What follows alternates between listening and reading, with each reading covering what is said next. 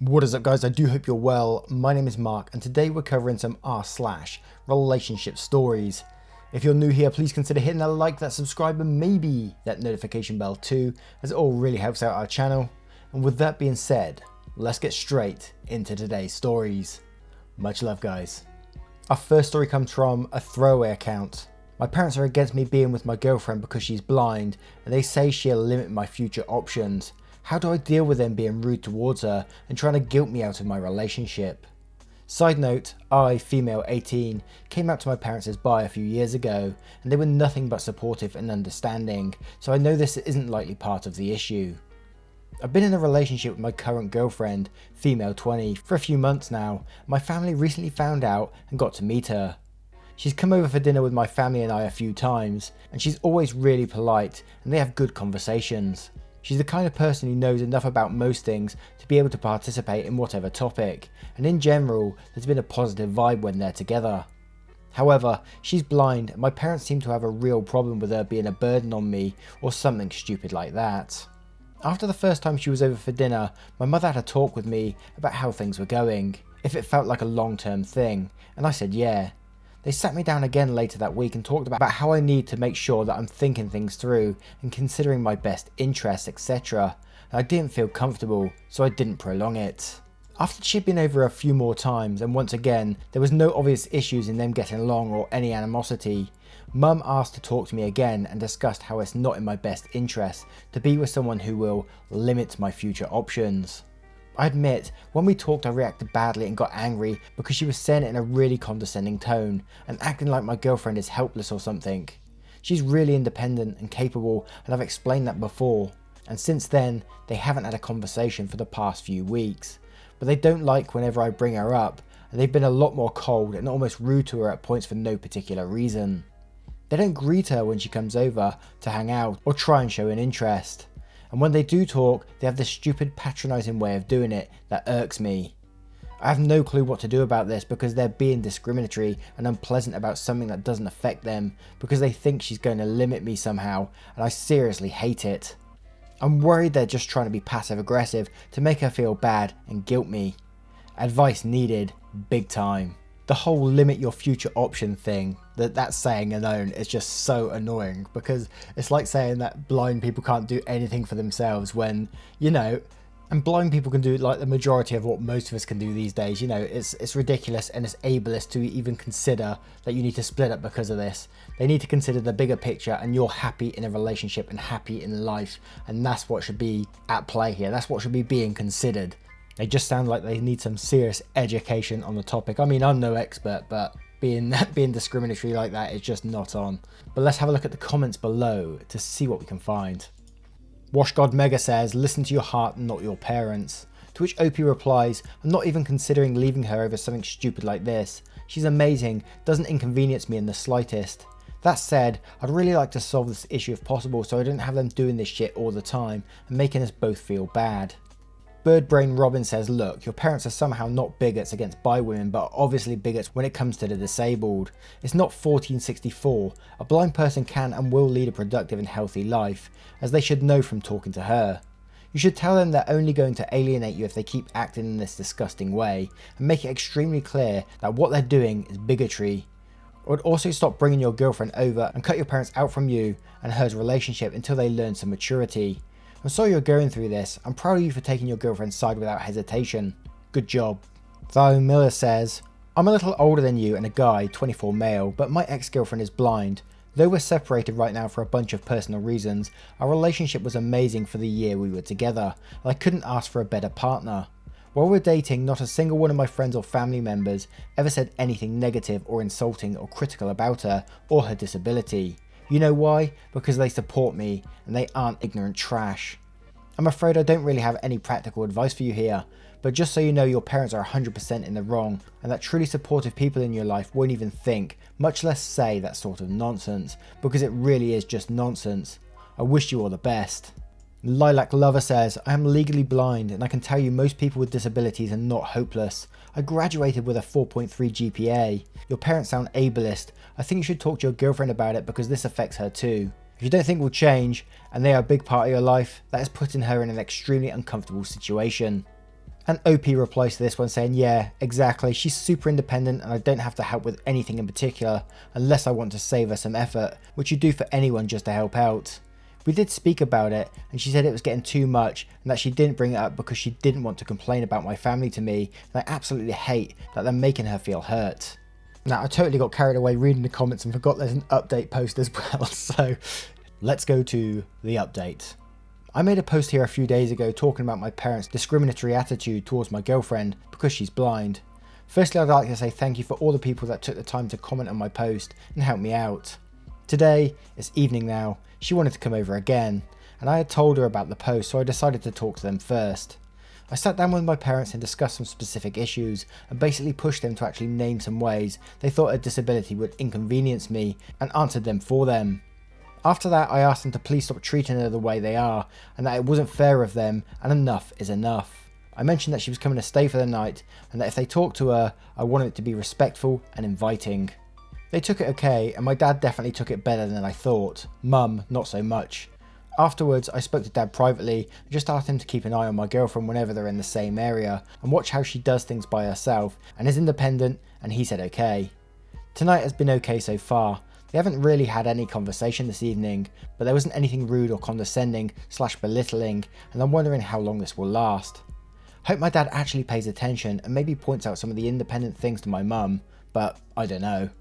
My girlfriend was pretty pleased when I told her about the post, said it was really sweet that I wanted to go and seek advice for how to help make them treat her better, so I got good girlfriend points. I figured people might appreciate this update, and I thought I would ask for strategies to use so I can keep this initial little bit of progress going and make it an actual change. So it sounds fairly positive so far, and let's hope it does continue down that path also. But what do you guys think of this story? How would you deal with this? Would you approach the parents directly? Let me know in the comments below.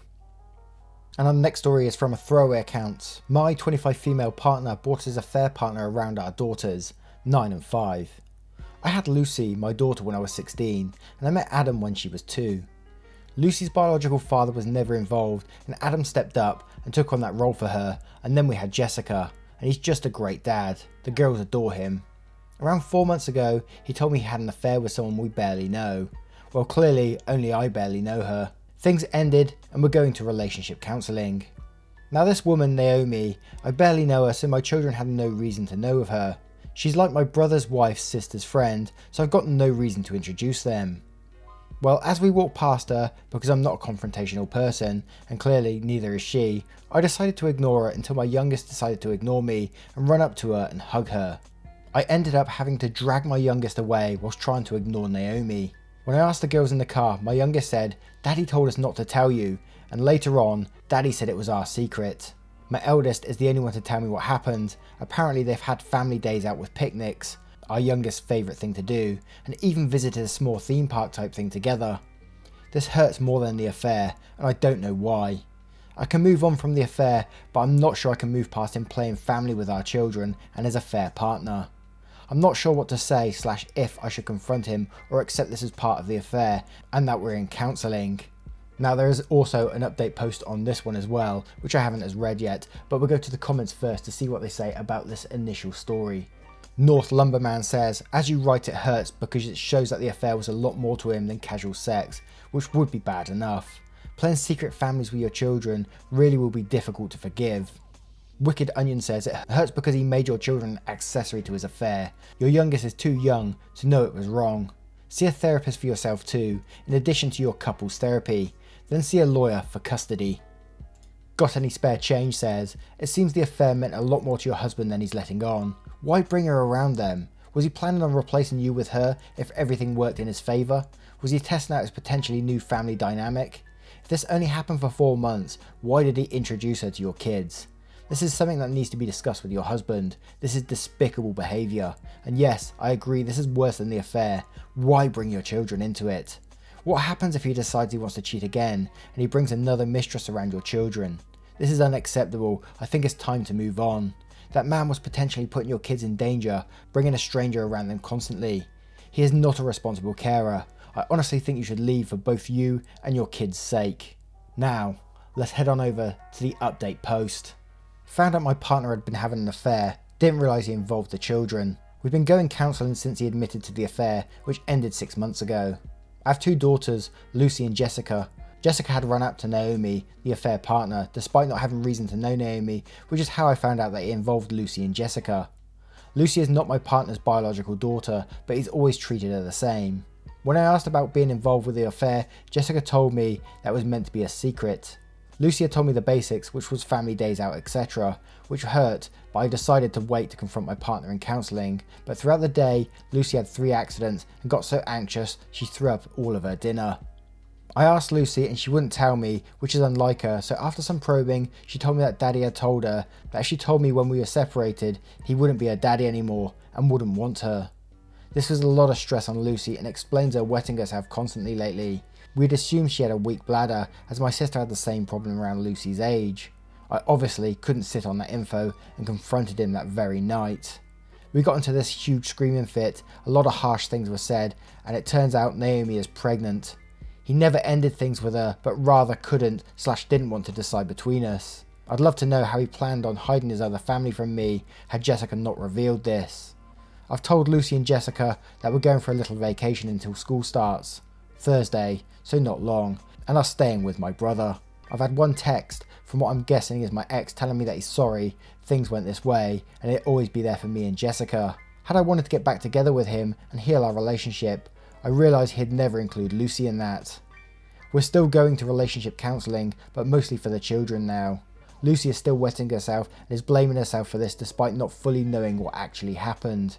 I'm not actually sure where to go from here because everything happened really fast. I've told my ex that he needs his things packed for Thursday because I'm not going to mess Lucy around anymore.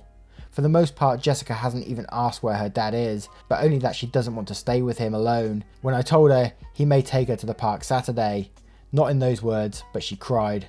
I appreciate all the comments and messages despite not being able to reply to most comments. Oh my word, that one almost brought me to tears in the middle.